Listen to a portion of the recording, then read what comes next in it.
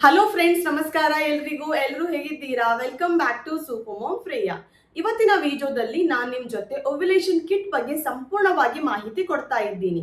Ovulation kit ಅಂದ್ರೆ ಏನು, ಇದನ್ನ ಯಾವ ಟೈಮ್ ಅಲ್ಲಿ ಬಳಸಿ ಹೇಗೆ ಪ್ರೆಗ್ನೆಂಟ್ ಆಗ್ಬೋದು, ಓವ್ಯುಲೇಷನ್ ಕಿಟ್ ಅನ್ನ ಯಾವಾಗ ಬಳಸಬೇಕು, ಹೇಗೆ ರಿಸಲ್ಟ್ ಓದಬೇಕು ಅಂತ ಡೀಟೇಲ್ ಆಗಿ ತಿಳಿಸ್ಕೊಡ್ತೀನಿ. ಜೊತೆಗೆ ನಾನು ಕೂಡ ಒಂದು ಓವ್ಯುಲೇಷನ್ ಕಿಟ್ ಮಾರ್ಕೆಟ್ ಇಂದ ತಂದು ಬಂದಿದ್ದೀನಿ. ಲೈವ್ ಡೆಮೋ ಮಾಡಿ ನಾನು ನಿಮಗೆ ತೋರಿಸ್ತೀನಿ ಯಾವ ರೀತಿ ಇದನ್ನ ಟೆಸ್ಟ್ ಮಾಡಬೇಕು, ರಿಸಲ್ಟ್ ಅನ್ನ ಯಾವ ರೀತಿ ಓದಬೇಕು ಅಂಡ್ ಯಾವಾಗ ಪ್ರೆಗ್ನೆನ್ಸಿಗೆ ಟ್ರೈ ಮಾಡಬೇಕು ಅಂತ ಕೂಡ ನಾನು ನಿಮಗೆ ಡೀಟೇಲ್ ಆಗಿ ತಿಳಿಸ್ಕೊಡ್ತೀನಿ. ಸೊ ಈ ವಿಡಿಯೋ ನಿಮಗೆ ತುಂಬಾನೇ ಯೂಸ್ಫುಲ್ ಆಗಬಹುದು ಅಂತ ಅನ್ಕೊಂಡು ಇವಾಗ ವಿಡಿಯೋವನ್ನ ಶುರು ಮಾಡೋಣ. ಮೊದಲಿಗೆ ಓವ್ಯುಲೇಷನ್ ಅಂದ್ರೆ ಒಂದು ಮಹಿಳೆಯ ಅಂಡಾಶಯದಿಂದ ಒಂದು ಅಂಡಾಣು ಬಿಡುಗಡೆಯಾಗುವುದು. ಸಿಂಪಲ್ ಅರ್ಥದಲ್ಲಿ ಹೇಳ್ಬೇಕಿದ್ರೆ ಓವ್ಯುಲೇಷನ್ ಅಂದ್ರೆ ಅಂಡಾಣು ಬಿಡುಗಡೆ ಸಮಯ. ಇವಾಗ ಬಿಡುಗಡೆಯಾದ ಅಂಡಾಣು ಅದು ಬಂದು ಮಹಿಳೆಯ ಗರ್ಭಾಶಯದಲ್ಲಿ ಫೆಲೋಪಿಯನ್ ಟ್ಯೂಬ್ ಅಂತ ಇರುತ್ತೆ. ಸೊ ಬಿಡುಗಡೆಯಾದ ಅಂಡಾಣು ಬಂದು ಆ ಫೆಲೋಪಿಯನ್ ಟ್ಯೂಬ್ ಅಲ್ಲಿ ಬಂದು ನಿಲ್ಲತ್ತೆ. ಆ ಟೈಮ್ ಅಲ್ಲಿ ಸ್ಪರ್ಮ್ ಮತ್ತೆ ಎಗ್ ಒಂದು ಗೂಡಿದ್ರೆ ಪ್ರೆಗ್ನೆನ್ಸಿಯ ಚಾನ್ಸಸ್ ಜಾಸ್ತಿ ಆಗತ್ತೆ. ಇವಾಗ ಕೆಲವರು ಮಹಿಳೆಯರು ಈ ಒಂದು ಟೈಮ್ ಅನ್ನ ಅಥವಾ ಈ ಒಂದು ಓವ್ಯುಲೇಷನ್ ಪೀರಿಯಡ್ ಅನ್ನ ಮಿಸ್ ಮಾಡಿಕೊಳ್ತಾರೆ ಅಂಡ್ ಇದರಿಂದ ಅವರಿಗೆ ಪ್ರೆಗ್ನೆನ್ಸಿ ಆಗೋಕೆ ಕೂಡ ಕೆಲವೊಂದ್ಸಲ ತುಂಬಾ ಕಷ್ಟ ಆಗುತ್ತೆ. ಸೊ ಒಂದು ಮಹಿಳೆ ಪ್ರೆಗ್ನೆಂಟ್ ಆಗ್ಬೇಕಿದ್ರೆ ಓವ್ಯುಲೇಷನ್ ಟೈಮ್ ಅಲ್ಲಿ ಪ್ರೆಗ್ನೆನ್ಸಿಗೆ ಟ್ರೈ ಮಾಡೋದು ತುಂಬಾ ಇಂಪಾರ್ಟೆಂಟ್. ಇವಾಗ ಓವ್ಯುಲೇಷನ್ ಕಿಟ್ ನಿಮ್ಗೆ ಹೆಲ್ಪ್ ಮಾಡತ್ತೆ, ನಿಮ್ಮಲ್ಲಿ ಅಂಡಾಣು ಬಿಡುಗಡೆ ಆಗಿದ್ಯಾ ಅಥವಾ ಇಲ್ವಾ ಅಥವಾ ಯಾವಾಗ ಆಗುತ್ತೆ ಅಂತ ತೋರಿಸ್ಕೊಡುತ್ತೆ. ಇವಾಗ ಓವ್ಯುಲೇಷನ್ ಕಿಟ್ ನೋಡ್ಲಿಕ್ಕೆ ಪ್ರೆಗ್ನೆನ್ಸಿ ಟೆಸ್ಟ್ ಕಿಟ್ ತರನೇ ಇರುತ್ತೆ, ಬಟ್ ಪ್ರೆಗ್ನೆನ್ಸಿ ಕಿಟ್ ಬೇರೆ, ಓವ್ಯುಲೇಷನ್ ಕಿಟ್ ಬೇರೆ. ಇವಾಗ ಪ್ರೆಗ್ನೆನ್ಸಿ ಕಿಟ್ ನಿಮ್ಮ ಯೂರಿನಲ್ಲಿ HCG ಹ್ಯೂಮನ್ ಕೊರಿಯಾನಿಕ್ ಗೋನಾಡೋಟ್ರೋಪಿನ್ ಎಂಬ ಹಾರ್ಮೋನ್ ಅನ್ನ ಡಿಟೆಕ್ಟ್ ಮಾಡುತ್ತೆ. ಹಾಗೇನೆ ಓವ್ಯುಲೇಷನ್ ಕಿಟ್ ನಿಮ್ಮ ಯೂರಿನಲ್ಲಿ LH ಲ್ಯೂಟಿನೈಸಿಂಗ್ ಹಾರ್ಮೋನ್ ಅಂತ ಇರುತ್ತೆ. ಸೊ ಇದು ಒಂದು ಓವ್ಯುಲೇಷನ್ ಟೈಮ್ ಅಲ್ಲಿ ಸ್ವಲ್ಪ ಟೈಮ್ ಮುಂಚೆ ಬಿಡುಗಡೆ ಆಗುವ ಅಥವಾ ಆ ಒಂದು LH ನ ಲೆವೆಲ್ ಯೂರಿನಲ್ಲಿ ತುಂಬಾ ಜಾಸ್ತಿ ಆಗುತ್ತೆ. ಅಂಡ್ ಓವ್ಯುಲೇಷನ್ ನೀವು ಕಿಟ್ ಟೆಸ್ಟ್ ಮಾಡುವಾಗ ನಿಮ್ಮ ಯೂರಿನ್ ಡ್ರಾಪ್ಸ್ ಹಾಕಬೇಕು. ಆವಾಗ ಯೂರಿನ್ ಡ್ರಾಪ್ಸ್ ಹಾಕಿದಾಗ ನಿಮ್ಮ ಯೂರಿನಲ್ಲಿ LH ಎಂಬ ಹಾರ್ಮೋನ್ ಇದೆಯಾ ಅಥವಾ ಇಲ್ವಾ ಅಂತ ತೋರಿಸಿಕೊಳ್ಳುತ್ತೆ. ಅಂಡ್ LH ನ ಹಾರ್ಮೋನ್ ಡಿಟೆಕ್ಟ್ ಆದ್ರೆ ನೀವು ಪ್ರೆಗ್ನೆನ್ಸಿಗೆ ಟ್ರೈ ಮಾಡಬೇಕು. ನಿಮ್ಮಲ್ಲಿ ಓವ್ಯುಲೇಷನ್ ಇವಾಗ ಸ್ವಲ್ಪ ಗಂಟೆಯಲ್ಲಿ ಆಗಬಹುದು ಅಂತ ಅರ್ಥ. ಸೊ ಹಾಗಾಗಿ ಓವ್ಯುಲೇಷನ್ ಕಿಟ್ ಮತ್ತೆ ಪ್ರೆಗ್ನೆನ್ಸಿ ಕಿಟ್ ನೋಡ್ಲಿಕ್ಕೆ ಸೇಮ್ ಇರುತ್ತೆ, ಬಟ್ ಬೇರೆ ಬೇರೆ. ಪ್ರೆಗ್ನೆನ್ಸಿ ಕಿಟ್ ಅನ್ನೇ ಯೂಸ್ ಮಾಡಬೇಕು, ಓವ್ಯುಲೇಷನ್ ಟೆಸ್ಟ್ ಮಾಡ್ಲಿಕ್ಕೆ ಓವ್ಯುಲೇಷನ್ ಕಿಟ್ ಅನ್ನೇ ಯೂಸ್ ಮಾಡಬೇಕು. ಅಂಡ್ ಇವಾಗ ನೆಕ್ಸ್ಟ್ ಬರುವುದು ಓವ್ಯುಲೇಷನ್ ಯಾವಾಗ ಆಗುತ್ತೆ.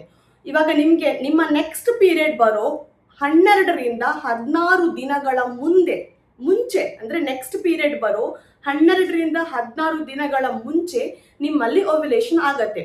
ಇವಾಗ ಕೆಲವರಿಗೆ ಫೈಂಡ್ ಔಟ್ ಮಾಡ್ಲಿಕ್ಕೆ ತುಂಬಾನೇ ಕಷ್ಟ ಆಗುತ್ತೆ. ಕೆಲವೊಂದು ಫಿಸಿಕಲ್ ನೀವು ಸಿಂಪ್ಟಮ್ಸ್ ಕೂಡ ಕಾಣ್ತೀರಾ, ಬಟ್ ಕೆಲವರು ಅದನ್ನ ಮಿಸ್ ಮಾಡಿಕೊಳ್ತಾರೆ. ಬಟ್ ನೀವು ಓವ್ಯುಲೇಷನ್ ಕಿಟ್ ತಂದ್ರು ಟೆಸ್ಟ್ ಮಾಡಿದ್ರೆ ಇದು ನಿಮಗೆ ಕರೆಕ್ಟ್ ಆಗಿ ಗ್ಯಾರಂಟಿ ಕೊಡತ್ತೆ ನಿಮ್ಮಲ್ಲಿ ಓವ್ಯುಲೇಷನ್ ಆಗ್ತಾ ಇದೆಯಾ ಅಥವಾ ಆಗ್ತಾ ಇಲ್ವಾ ಅಂತ. ಪೀರಿಯಡ್ ಆದ ಎಷ್ಟು ದಿನ ಆದ್ಮೇಲೆ ಓವ್ಯುಲೇಷನ್ ಕಿಟ್ ಟೆಸ್ಟ್ ಮಾಡಬೇಕು ಅದು ಹೇಳೋದಕ್ಕಿಂತ ಮುಂಚೆ ಯಾವ ಟೈಮ್ ಅಲ್ಲಿ ಓವ್ಯುಲೇಷನ್ ಕಿಟ್ ಯೂಸ್ ಮಾಡಬೇಕು ಅಂತ ಮೊದಲು ಹೇಳ್ತೀನಿ. ಇವಾಗ ಕೆಲವರಿಗೆ ಕನ್ಫ್ಯೂಷನ್ ಇರುತ್ತೆ. ಪ್ರೆಗ್ನೆನ್ಸಿ ಕಿಟ್ ಅನ್ನ ನಾವು ಅರ್ಲಿ ಮಾರ್ನಿಂಗ್ ಸ್ಯಾಂಪಲ್ ಅಂದ್ರೆ ಬೆಳಿಗ್ಗೆ ಎದ್ದ ಯೂರಿನ್ ಇಂದ ಟೆಸ್ಟ್ ಮಾಡಿದ್ರೆ ಒಳ್ಳೇದು ಅಂತ ಹೇಳ್ತಾರೆ. ಬಟ್ ಓವ್ಯುಲೇಷನ್ ಕಿಟ್ ಹಾಗೆ ಅಲ್ಲ. ನೀವು ಬೆಳಿಗ್ಗೆ ಯೂರಿನ್ ಸ್ಯಾಂಪಲ್ ಇಂದ ಮಾಡಿದ್ರೆ ನಿಮ್ಗೆ ರಿಸಲ್ಟ್ ರಾಂಗ್ ಬರುವ ಚಾನ್ಸಸ್ ಕೂಡ ಇದೆ. ಸೊ ಹಾಗಾದ್ರೆ ಯಾವ ಟೈಮ್ ಬೆಸ್ಟ್ ಅಂತ ನೀವು ಕೇಳಿದ್ರೆ ಓವ್ಯುಲೇಷನ್ ಕಿಟ್ ಅನ್ನ ನೀವು ಬೆಳಿಗ್ಗೆ 10 ಗಂಟೆಯಿಂದ ರಾತ್ರಿ 8 ಗಂಟೆಯ ಈ ಟೈಮ್ನ ಒಳಗೆ ಯಾವ ಟೈಮಲ್ಲಿ ಬೇಕಾದ್ರೂ ಮಾಡ್ಬೋದು.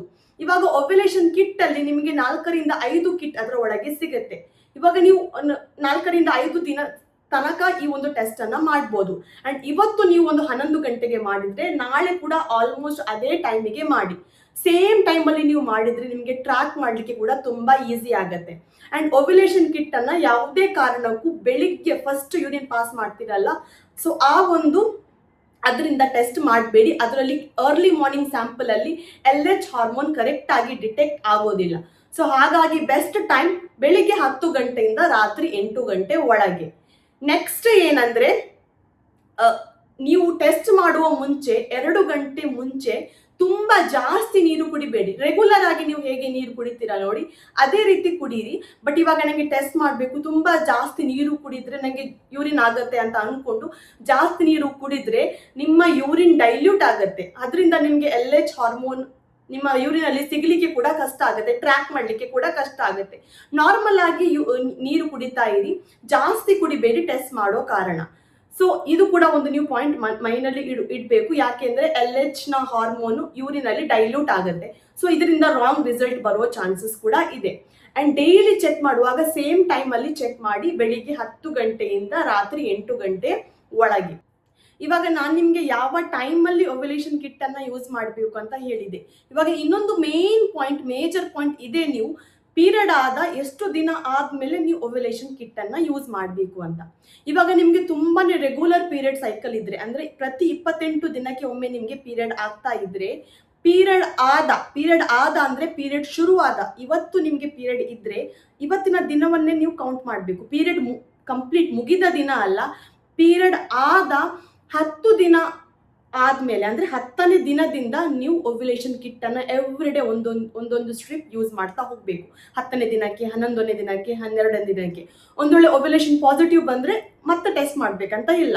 ಸೊ ಆ ರೀತಿ ಸೊ ಸರಿಸುಮಾರಾಗಿ ಅಂದಾಜಾಗಿ ಹೇಳ್ಬೇಕಿದ್ರೆ ನಿಮ್ಮ ಪೀರಿಯಡ್ ಸೈಕಲ್ 28ರಿಂದ 32 ದಿನಕ್ಕೆ ಒಮ್ಮೆ ಆಗ್ತಾ ಇದ್ರೆ, 28ರಿಂದ 32 ದಿನದ ನಿಮ್ಮ ಪೀರಿಯಡ್ ಸೈಕಲ್ ಇದ್ರೆ, ನೀವು ಪೀರಿಯಡ್ ಆದ 10ನೇ ದಿನದಿಂದ ನೀವು ಓವ್ಯುಲೇಷನ್ ಕಿಟ್ ಅನ್ನ ಯೂಸ್ ಮಾಡಬಹುದು. 10ನೇ ದಿನಕ್ಕೆ, 11ನೇ ದಿನಕ್ಕೆ, 12ನೇ ದಿನಕ್ಕೆ, 13ನೇ ದಿನಕ್ಕೆ, ಆ ರೀತಿ ನೀವು ಓವ್ಯುಲೇಷನ್ ಕಿಟ್ ಅನ್ನ ಯೂಸ್ ಮಾಡ್ತಾ ಹೋಗ್ಬೇಕು. ಯಾರಿಗೆಲ್ಲ ಇರ್ರೆಗ್ಯುಲರ್ ಪೀರಿಯಡ್ ಸೈಕಲ್ ಇದ್ರೆ ಅವರು ಫಸ್ಟ್ ಡಾಕ್ಟರ್ನ ಕನ್ಸಲ್ಟ್ ಮಾಡಬೇಕು. ಯಾಕಂದ್ರೆ ತುಂಬಾ ಕಾರಣ ಇರುತ್ತೆ ಯಾಕಾಗಿ ನಿಮ್ಮ ಪೀರಿಯಡ್ ಇರ್ರೆಗ್ಯುಲರ್ ಆಗ್ತಾ ಇದೆ ಅಂತ. ಒಂದು ವೇಳೆ ಎಲ್ಲ ನಾರ್ಮಲ್ ಇದೆ ಆದ್ರೆ, ನಾನು ಒಂದು ವಿಡಿಯೋ ಕೂಡ ಶೇರ್ ಮಾಡಿದ್ದೀನಿ, ಇರ್ರೆಗ್ಯುಲರ್ ಪೀರಿಯಡ್ ಸೈಕಲ್ ಇದ್ದವರು, ಅಂದ್ರೆ ಅನಿಯಮಿತ ಪೀರಿಯಡ್ ಸೈಕಲ್ ಇದ್ದವರು ಯಾವ ರೀತಿ ಓವ್ಯುಲೇಷನ್ ಅನ್ನ ಟ್ರ್ಯಾಕ್ ಮಾಡಬೇಕು ಅಂತ. ಆ ವಿಡಿಯೋ ಲಿಂಕ್ ನಿಮ್ಗೆ ಬೇಕಿದ್ರೆ ನಾನು ಡಿಸ್ಕ್ರಿಪ್ಷನ್ ಬಾಕ್ಸ್ ಅಲ್ಲಿ ಕೊಡ್ತೀನಿ. ಈ ವಿಡಿಯೋ ಕಂಪ್ಲೀಟ್ ಆದ್ಮೇಲೆ ಆ ವಿಡಿಯೋವನ್ನ ಕೂಡ ಚೆಕ್ ಮಾಡಿ. ಯಾಕೆಂದ್ರೆ ನಾನು ಇವಾಗ ಯಾವ ರೀತಿ ಓವ್ಯುಲೇಷನ್ ಕಿಟ್ ಅನ್ನ ಟೆಸ್ಟ್ ಮಾಡಬೇಕು ಅಂತ ಲೈವ್ ಅಲ್ಲಿ ನಾನು ನಿಮ್ಗೆ ಇವಾಗ ತೋರಿಸ್ಕೊಡ್ತೀನಿ. ಇವಾಗ ನಾನು ಪ್ಯಾಕೆಟ್ ಓಪನ್ ಮಾಡಿದ್ದೆ. ಇದು ನೋಡ್ಲಿಕ್ಕೆ ನೀವು ನೋಡ್ಬೋದು ಪ್ರೆಗ್ನೆನ್ಸಿ ಕಿಟ್ ತರನೇ ಇದೆ. ಸೊ ನೀವು ಮಾರ್ಕೆಟಲ್ಲಿ ತಗೊಳ್ಳುವಾಗ ಕರೆಕ್ಟಾಗಿ ಚೆಕ್ ಮಾಡಿ ತಂದು ಬನ್ನಿ.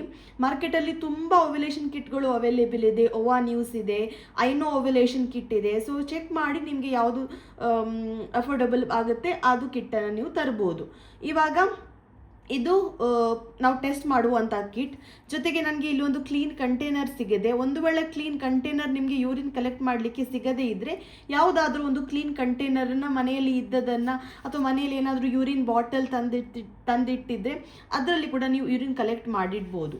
ಜೊತೆಗೆ ಒಂದು ಡ್ರಾಪರ್ ಕೂಡ ಸಿಕ್ಕಿದೆ. ಸೊ ಈ ಡ್ರಾಪರಿಂದ ನೀವು ಹೇಗೆ ಪ್ರೆಗ್ನೆನ್ಸಿ ಟೆಸ್ಟ್ ಮಾಡ್ತೀರಾ ನೋಡಿ, ಅದೇ ರೀತಿ ಇದು ಓವ್ಯುಲೇಷನ್ ಕಿಟ್ ಮಾಡಲಿಕ್ಕೆ.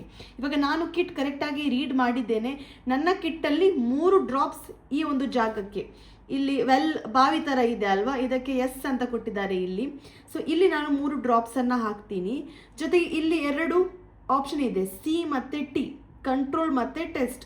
ಸೊ ಇವಾಗ ನಾನು ನಿಮಗೆ ಒಂದು ಟೆಸ್ಟ್ ಮಾಡಿ ತೋರಿಸ್ತೀನಿ. ಇವಾಗ ನಾನು 3 ಡ್ರಾಪ್ ಹಾಕ್ತಾ ಇದ್ದೀನಿ. ಈ ಒಂದು ಟೆಸ್ಟ್ ಕಿಟ್ಟಲ್ಲಿ 3 ಡ್ರಾಪ್ ಹಾಕಲಿಕ್ಕೆ ಹೇಳಿದ್ದಾರೆ. ಸೊ ಬಿಫೋರ್ ಟೆಸ್ಟ್ ಮಾಡುವ ಮುಂಚೆ ಕಿಟ್ಟಲ್ಲಿ ಏನು ಬರೆದಿದ್ದಾರೆ ಅಂತ ಕರೆಕ್ಟಾಗಿ ಓದಿ ಅದೇ ರೀತಿ ಹಾಕಿಕೊಳ್ಳಿ. ಸೊ ನಾನಿವಾಗ 3 ಡ್ರಾಪ್ಸನ್ನು ಹಾಕಿದೆ. ಈ ಟೆಸ್ಟನ್ನು ನೀವು 5 ನಿಮಿಷದ ಒಳಗೇನೆ ಓದಬೇಕು. 10 ನಿಮಿಷ, ಅರ್ಧ ಗಂಟೆ ಆದಮೇಲೆ ರಿಸಲ್ಟ್ ಓದಲಿಕ್ಕೆ ಆಗೋದಿಲ್ಲ. ಟೆಸ್ಟ್ ಮಾಡಿದ 5 ನಿಮಿಷದ ಒಳಗೇನೆ ನೀವು ಈ ರಿಸಲ್ಟನ್ನು ಓದಬೇಕಾಗತ್ತೆ. ನೋಡಿ, ನನಗೆ ಡ್ರಾಪ್ಸ್ ಹಾಕಿ ಆಲ್ಮೋಸ್ಟ್ 1 ನಿಮಿಷ ಆಯಿತು.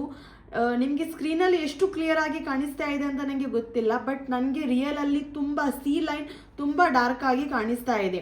ಟಿಯಲ್ಲಿ ಯಾವುದೇ ಲೈನ್ ಇಲ್ಲ. ಸೊ ಈ ಟೆಸ್ಟ್ ನೆಗೆಟಿವ್.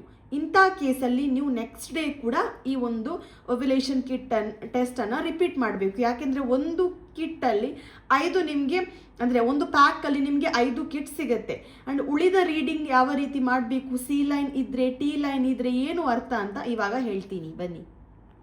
ಇವಾಗ ರಿಸಲ್ಟ್ ಯಾವ ರೀತಿ ಓದೋದು. ಒಂದು ವೇಳೆ ನಿಮ್ಮ ಓವ್ಯುಲೇಷನ್ ಕಿಟ್ ಅಲ್ಲಿ ಸಿ ಲೈನ್ ಕೂಡ ಬಂದಿದೆ, ಟಿ ಲೈನ್ ಕೂಡ ಬಂದಿದೆ, ಡಾರ್ಕ್ ಅಲ್ಲಿ ಬಂದಿದೆ, ಸಿ ಲೈನ್ ಕೂಡ ಡಾರ್ಕ್ ಅಲ್ಲಿ ಇದೆ, ಟಿ ಲೈನ್ ಕೂಡ ಡಾರ್ಕ್ ಅಲ್ಲಿ ಇದೆ ಆದ್ರೆ ಅದು ಪಾಸಿಟಿವ್ ಅಂತ ಅರ್ಥ. ಇವಾಗ ನೆಕ್ಸ್ಟ್ ನಿಮ್ಮ 1 ಅಥವಾ ನೆಕ್ಸ್ಟ್ 24ರಿಂದ 36 ಗಂಟೆ ಒಳಗೆ ನಿಮ್ಮಲ್ಲಿ ಓವ್ಯುಲೇಷನ್ ಆಗೋ ಚಾನ್ಸಸ್ ಜಾಸ್ತಿ ಹೆಚ್ಚು.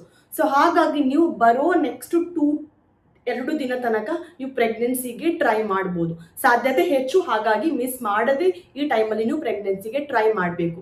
ಒಂದು ವೇಳೆ ನಿಮ್ಮ ಕಿಟ್ಟಲ್ಲಿ ಸಿ ಲೈನ್ ಮಾತ್ರ ಬಂದಿದೆ, ಟಿ ಲೈನ್ ಬರಲಿಲ್ಲ ಆದರೆ ಆ ಟೈಮಲ್ಲಿ ಟೆಸ್ಟ್ ನೆಗೆಟಿವ್, ನಿಮ್ಮಲ್ಲಿ ಓವ್ಯುಲೇಷನ್ ಆಗಿಲ್ಲ ಅಂತ. ಅಂಥವರು ನೆಕ್ಸ್ಟ್ ಡೇ ಕೂಡ ಟೆಸ್ಟ್ ರಿಪೀಟ್ ಮಾಡಬೇಕು. ಆ ಟೈಮಲ್ಲಿ ಪಾಸಿಟಿವ್ ಬಂದರೆ ನೆಕ್ಸ್ಟ್ ಓವ್ಯುಲೇಷನ್ ಆಗೋ ಚಾನ್ಸಸ್ ಜಾಸ್ತಿ, ಪ್ರೆಗ್ನೆನ್ಸಿಗೆ ಟ್ರೈ ಮಾಡಬೇಕು. ಅಥವಾ ಆ ದಿನದಲ್ಲಿ ಕೂಡ ಬರಲಿಲ್ಲ ಆದರೆ ಅಗೇನ್ ನೀವು ನೆಕ್ಸ್ಟ್ ಡೇ ಇನ್ನೊಂದ್ಸಲ ರಿಪೀಟ್ ಮಾಡಬೇಕು. ಯಾಕೆಂದ್ರೆ ಒಂದು ಕಿಟ್ಟಲ್ಲಿ 5 ಸ್ಟ್ರಿಪ್ಸ್ ಇರುತ್ತೆ. ಅದು ನೀವು ತಗೊಳ್ಳುವ ಟೈಮಲ್ಲಿ, ಮೆಡಿಕಲ್ ಸ್ಟೋರಿಂದ ತಗೊಳ್ಳುವ ಟೈಮಲ್ಲಿ ನೀವು ಚೆಕ್ ಮಾಡಿ ತಗೊಳ್ಬೇಕು. ಇಲ್ಲಾಂದ್ರೆ ಆನ್ಲೈನ್ ಆರ್ಡರ್ ಮಾಡುವಾಗ ಚೆಕ್ ಮಾಡಿ ತಗೊಳ್ಬೇಕು ಎಷ್ಟು ಕಿಟ್ ಕೂಡ ಬರುತ್ತೆ ಅಂತ. ಯೂಶುವಲಿ 4ರಿಂದ 5 ಕಿಟ್ ಬರುತ್ತೆ ಒಂದು ಓವ್ಯುಲೇಷನ್ ಕಿಟ್ ಜೊತೆ. ಇವಾಗ ನೆಕ್ಸ್ಟ್ ಸಿ ಲೈನ್ ಕೂಡ ಬರಲಿಲ್ಲ, ಟಿ ಲೈನ್ ಕೂಡ ಬರಲಿಲ್ಲ. ಅಂಥವ್ರು ಏನು ಮಾಡಬೇಕು, ಟೆಸ್ಟ್ ಮಾಡಿದ್ದು ರಾಂಗ್ ಆಗಿದೆ, ನೀವು ವಾಪಸ್ ಇನ್ನೊಮ್ಮೆ ಟೆಸ್ಟ್ ಮಾಡಿ ನೋಡಬೇಕು. ಯಾಕೆಂದರೆ ಸಿ ಲೈನ್ ಬರಲೇಬೇಕು. ನಿಮ್ಮ ಟೆಸ್ಟ್ ನೆಗೆಟಿವ್ ಇರಲಿ ಪಾಸಿಟಿವ್ ಇರಲಿ, ಸಿ ಲೈನ್ ಬಂದೇ ಬರುತ್ತೆ. ಒಂದು ವೇಳೆ ಸಿ ಲೈನ್ ಬರಲೇ ಇಲ್ಲ, ಟಿ ಲೈನ್ ಕೂಡ ಬರಲಿಲ್ಲ ಅಂದರೆ ಟೆಸ್ಟ್ ಮಾಡಿದ್ದು ಇನ್ವ್ಯಾಲಿಡ್, ರಾಂಗ್ ಆಗಿದೆ, ನೀವು ಅದನ್ನು ಟೆಸ್ಟನ್ನು ವಾಪಸ್ ರಿಪೀಟ್ ಮಾಡಬೇಕು. ಸೊ ಫ್ರೆಂಡ್ಸ್, ನಿಮಗೆ ಈ ವಿಡಿಯೋ ಹೆಲ್ಪ್ಫುಲ್ ಆಯ್ತು ಅಂತ ಅನ್ಕೊಂತೀನಿ. ನಿಮಗೆ ಏನಾದರೂ ಡೌಟ್ಸ್ ನನಗೆ ಕಮೆಂಟ್ ಸೆಕ್ಷನಲ್ಲಿ ತಿಳಿಸಿ, ಖಂಡಿತ ನಾನು ನಿಮಗೆ ಆನ್ಸರ್ ಮಾಡೋಕ್ಕೆ ಟ್ರೈ ಮಾಡ್ತೀನಿ. ಇಷ್ಟು ಹೇಳ್ತಾ ಇವತ್ತಿನ ವಿಡಿಯೋವನ್ನು ಎಂಡ್ ಮಾಡ್ತಾ ಇದ್ದೀನಿ. Thank you so much for watching. ಧನ್ಯವಾದಗಳು. God bless you all.